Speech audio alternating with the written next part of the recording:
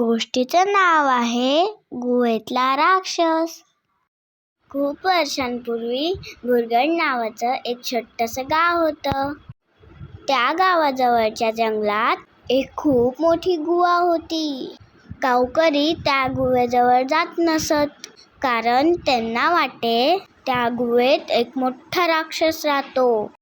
त्याच गावात साहिल नावाचा एक धाडसी मुलगा राहत होता. तो त्याच्या आजी आजोबांसोबत राहायचा. तो खूपच धाडसी होता. एके दिवशी रात्री घराच्या अंगणात बसून आजोबा त्याला राक्षसाची गोष्ट सांगू लागले.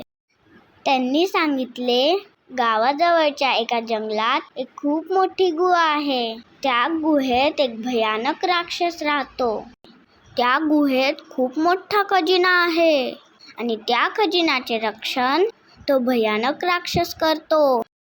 त्या गुहेजवळ जाण्याची कोणीही हिम्मत करत नाही. हे ऐकून साहिलच्या मनात खूप उत्सुकता जागी झाली.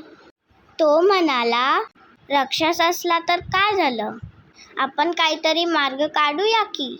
दुसऱ्या दिवशी सकाळी तो कोणालाही न सांगता गुहेकडे जायला निघाला.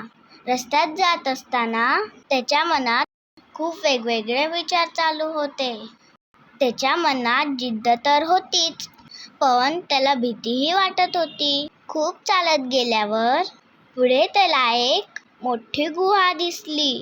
तो गुहेच्या दिशेने आत जाऊ लागला. त्याला खूप मोठे मोठे दगड दिसले. गुहेत खूप अंधार होता. तो पुढे पुढे चालू लागला. त्याला कोणीही तिथे दिसत नव्हते. अंधार खूप गडद होत चालला होता. पुढे गेल्यावर त्याला खूप मोठा खजिना दिसला. तिथे तर त्याला कोणीच दिसलं नाही.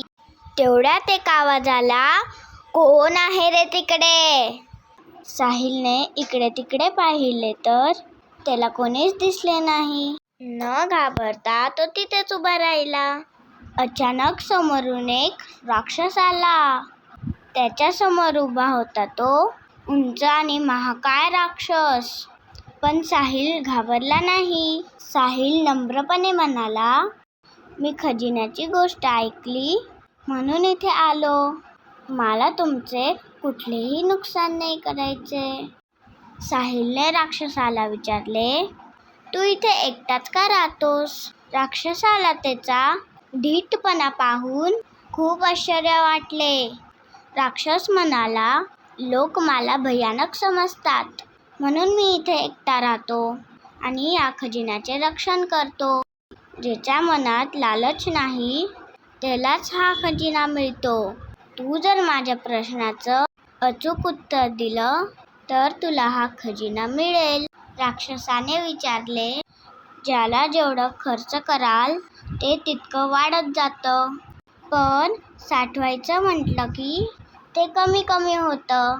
ते काय सांग बरं? साहिलने पटकन उत्तर दिलं, ज्ञान. राक्षस आनंदाने हसला. बरोबर, ज्ञान हीच खरी संपत्ती. राक्षस म्हणाला, तू यातला काही खजिना घेऊन जाऊ शकतोस. साहिलने त्यातला थोडा खजिना घेतला.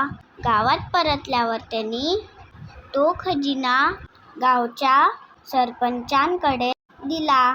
सर्वांनी मिळून साहिलला शाबासकी दिली. त्या खजिन्यामधून त्यांनी शाळा आणि विहीर बांधायचे ठरवले आणि काही खजिना त्यांनी भविष्यासाठी राखून ठेवायचा असं ठरवले. तर मित्रांनो, संपत्ती तेव्हाच टिकते जेव्हा तिचा योग्य वापर होतो. अशीच नवीन नवीन व्हिडिओ बघण्यासाठी माझ्या चॅनलला लाईक करा, शेअर आणि सबस्क्राईब करा.